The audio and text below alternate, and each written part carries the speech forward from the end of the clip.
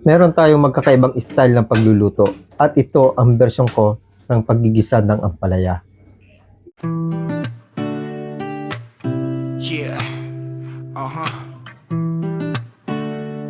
Yeah. Yeah. Yeah. Mula sa realidad na buhay ng mga Pilipino, hindi mawawala ang usapang pagkain. Kaya naman kasama ko ito sa aking pinakita para maalala mo kahit nasa malayo ka at wala sa Pinas, hindi mo mamimisa yung mga kulturang naiwan. Philippine Reality ang channel mong puntahan, sigurado ningiti ka sa iyong alaala ng iyong nakaraan. Dahil ilalapit ko sa'yo ang Pinas na sa kabilang dulo ka man ng mundo, kabayan. Lahat ng ugaling gawain noon at ngayon ng mga Pilipino, ipakikita ko sa'yo. Parang nandito ka rin lang. Wala sa malayo ang utay-utay na pagbabago sa bansa mong naiwan.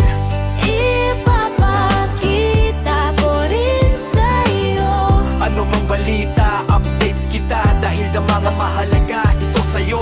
Dahil Pilipino ka sa isip at puso, Philippine Reality, asahan mo iyo, itong kaibigan at maghahatid ng mga alaala, kultura at higit sa lahat mga nangyayari. Yeah, yeah.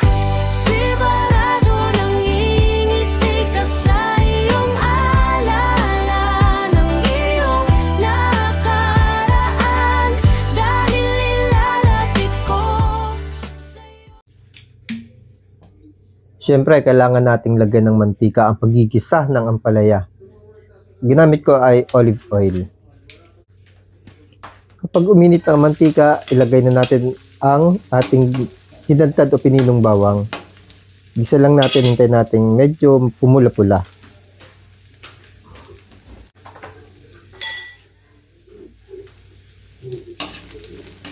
Haluin po muna natin ng konti para maging pantay ang kanyang pagkaluto.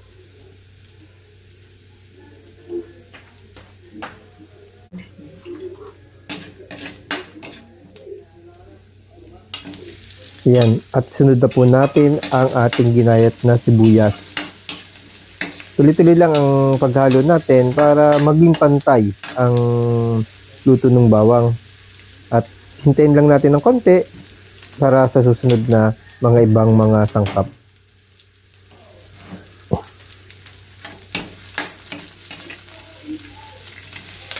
Ito na po ang ating ampalaya. Kailangan natin isang kutsa sa ating mga sangkap sa pagigisa dito sa ating pan na mayroong mantika. Halo-halo lang natin po ng konti. Kung gusto niyo po na mapait, ay mas magandang mas maraming halo para yung katas ng ampalaya ay lumabas at sumama sa sabaw. Kung ayaw naman natin ng mapait, gentle lang yung paghahalo, hindi kailangan marami. Nang sa ganon, yung site nito ay nasa kanyang katawan din lamang. Sama na rin po natin itong ating paminta.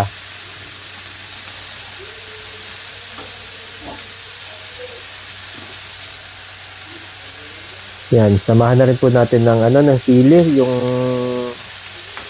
durog po sili, para magkaroon ng konting anghang o lumalaban sa ating dila. Meron po kasi akong natira na beans, yung green peas po, sinama ko na rin po para sa ganun po magamit din at saka masustansya din po ito. Ang ating pong dinuluto, ito po ay puro tira na nasa ref na kailangan natin na lutuin para hindi masira at sa ganun din po patuloy din po yung pagkain natin na masustansyang mga pagkain yan. Sasamahan po natin ito na tira din po na tidbits po, yung pinya po. Natira din po ito nung bagong taon.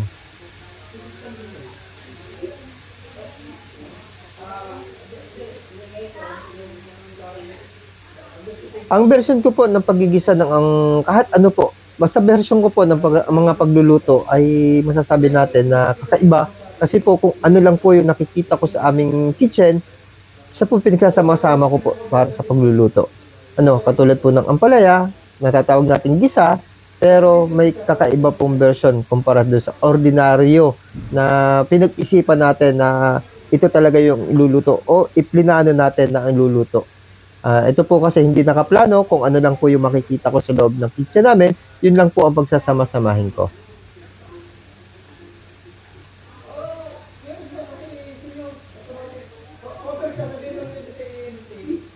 Para po doon sa mga nahihirapan na mga nanay o yung mga tatay na tulad ko na siya luluto sa kanyang pamilya, huwag na po natin masyadong pag-isipang maigi kung ano po yung available na meron sa ating tahanan o sa ating paligid, sa ating garden. Pwede po natin pagsama-samahin at yun po yung ating ihahain sa pagkain natin na ating pagsasalu-saluhan. Ang mahalaga po, masustansya po yung i-prepare nating pagkain at ang isa po, masarap.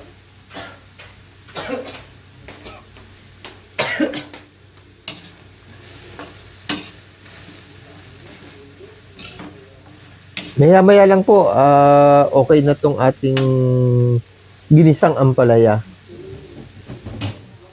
Paalala lang po, mahilig po ako sa mapait, kaya panay po ang halo ko. Pero kung kayo po ay hindi masyadong mahilig sa mapait, dahan-dahan lang po yung paghalo. Yan, pinagyan ko na rin po ng asin, mga kaibigan, para mabalanse ang ating lutuin at konting asukal, mga kaibigan. No, ako kasi pag nagluluto, may asin, may asukal na konti para mabalanse. Ano?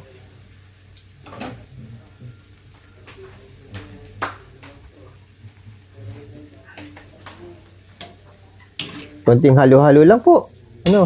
Sabi ko nga sa inyo, kung gusto niyo na medyo lumabas yung pait ng ampalaya nyo, haluin nyo lang po. Pero kung ayaw nyo po na lumabas yung pait, panatiliin nyo na lang po, pwedeng takluban nyo na lang po yung para maging pantay yung luto. Ako po kasi talaga mahilig sa mapait na ampalaya. Actually, kumakain po ako ng hilaw na ampalaya. Gagayatin ko lang ng maninipis, tapos lalagyan ko lang siya ng sibuyas, bawang, konting asin, asukal na konti, at saka po suka. Yun na po. Yan lang po sinasabi ko. Lalagyan po natin ng asukal. Nasa inyo na po kung gusto niyo lagyan ng konting magic sarap, pero isang paalala lang po, masarap din naman po yung walang inihahalong mga artificial na pampasarap. Ano po? Pero syempre para mas lasa sa ating dila, yung iba talaga gumagamit ng mga artificial na pampalasa. Ako po gumagamit din ako paminsan-minsan, at minsan din naman po yung mga lutuin na ginagawa ko, hindi ko na po linalagyan, lalo na kung mga gulay. Sa ganun po, yung sustansya po ay nagmula talaga sa gulay. Ano po, hindi po mawawala yung sustansya ng gulay.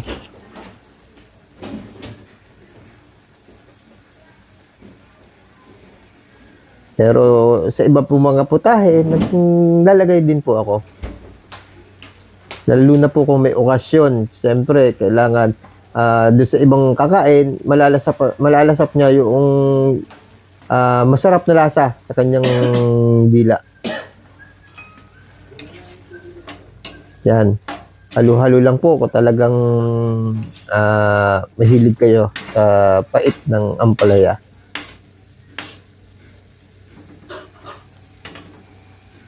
Ewan ko ba, basta pag ako yung nagluto, kapag hindi ko hinalo, walang pait. Kaya ako talaga gusto ko hinahalo ko. Ewan ko, yung iba kung ganun din. Pero ako, ganun talaga ko. Tsaka, wag niyo masyadong, labugin yung gulay na ampalaya kasi papait talaga yung sabaw kapag labog. Lalabas yung katas ng ampalaya. Pero pag kinain niyo yung ampalaya, hindi mapait yung sabaw, pero yung ampalaya, andun yung pait pagka napasobra yung overcook kayo. Pero kung half cook yan, kahit sa mismong ampalaya, hindi siya maggaanong mapait. Yan. Binawasan ko po ng sabaw kasi ang lulutuin ko po, ano po, na ginisang ampalaya, ibang version po. Dito na po makikita nyo kung ano yung style ng ginawa kong version para sa ginisang ampalaya. Pero yung pong sabaw, inulam din namin. Inulam din namin. Pero hindi nga siya kasama sa ginisang ampalaya. Bali, pinalambot ko lang dun yung ampalaya sa sabaw na linagay natin.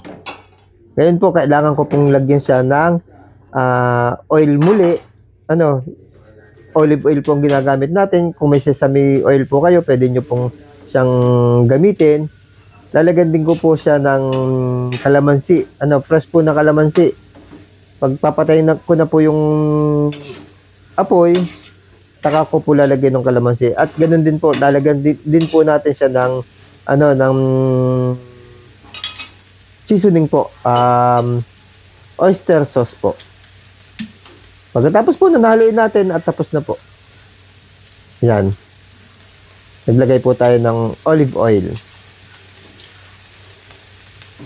Para maging oily din po yung yung ating ulam. Yan. Nalo na lang po natin para pumantay yung oil niya sa lahat ng ulam.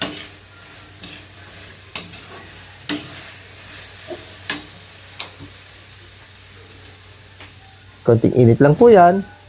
At handa na po natin na pwede na tayo maglagay ng iba pong sangkap tulad ng oyster sauce. Pwede po kayo magdagdag ng paminta kung gusto nyo.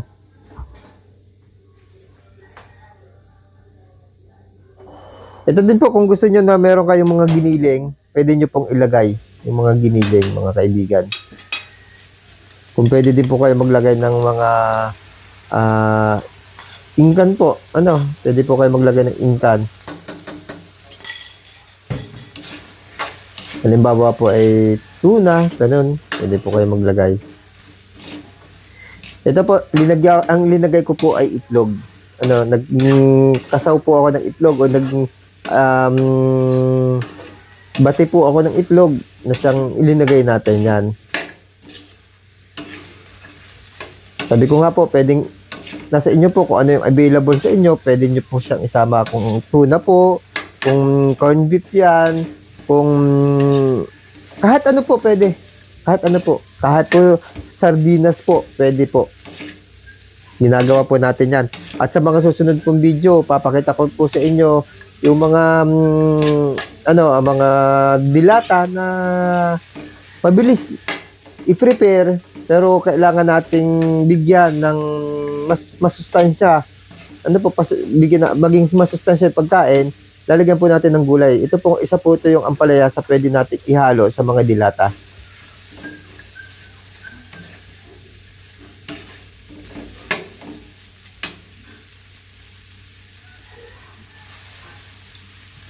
Yan po. Ilinagay na po natin yung kalamansi, mga kaibigan. Nagpiga na po tayo ng kalamansi. Sa oras pong yan, papatay na natin ang ating apoy. Kasi kung mas papait po kung patuloy pong buhay ang apoy natin. Imagine po, ang kalamansi po, isa pong sikreto yan sa mga papaitan natin. Siyang ilinalagay minsan para pumait yung ating papaitan. Ito po, ang pinakahuli, ang oyster sauce. At halu-haluin na po natin to para may ulam na po natin. Handa na po siya para sa ating pagkain.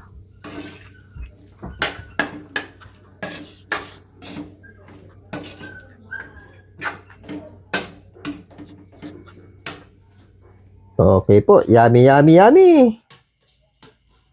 Ito mga kaibigan, dahil nga po sa dumaang bagong taon, Pasko't bagong taon, kailangan natin na tunawin po yung toxic na napasok sa ating katawan. Ano po yung toxic? Ito po yung mga pagkain o dala ng pagkain na labis na napunta sa ating katawan tulad po ng mga mantika, sobrang asukal, sobra pong asin, kailangan po natin itong linisin. Kaya maganda po yung ginawa natin na kumain tayo na ang ulam po ay gulay. At ngayon naman po, mag-init tayo ng tubig para naman po sa pang-detox po ng mga toxic na pumasok sa ating katawan. At yan po yung kung mapapansin nyo sa aking video po maya-maya, makikita nyo po marami po tayong tea, iba't iba pong klaseng tea na pangkaraniwan ko po o madalas ko pong gawin o inumin. Ito po yung kinahiligan kong inumin. Ito po, kung mapapansin nyo po dito sa aking box, sa aking lagayan, marami pong iba't ibang klaseng tea. Yan. Iba't iba po ang klaseng tea. May green tea, may black tea, merong flavored, meron po akong detox, meron po akong jasmine, meron akong chamomile, meron akong mint. Yan. Iba-iba po. Meron din po akong mga food supplement na kasama dyan. Iba't ibang brand, iba't ibang ano. Meron din po akong rice tea. Para doon sa mga gusto magbigay sa akin, tumatanggap po ako ng tea. Kasi mahilig po ako sa tea. Yan.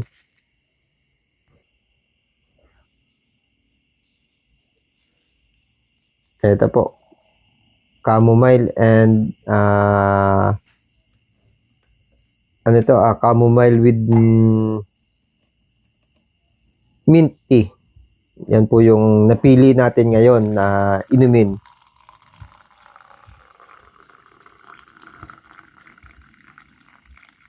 Halos araw-arawin po na muna ang pag-inom ng tea tuwing gabi bago matulog kasi para yung toxic talaga na napunta sa ating katawan ay mawala. Yan. Yummy, yummy, yummy!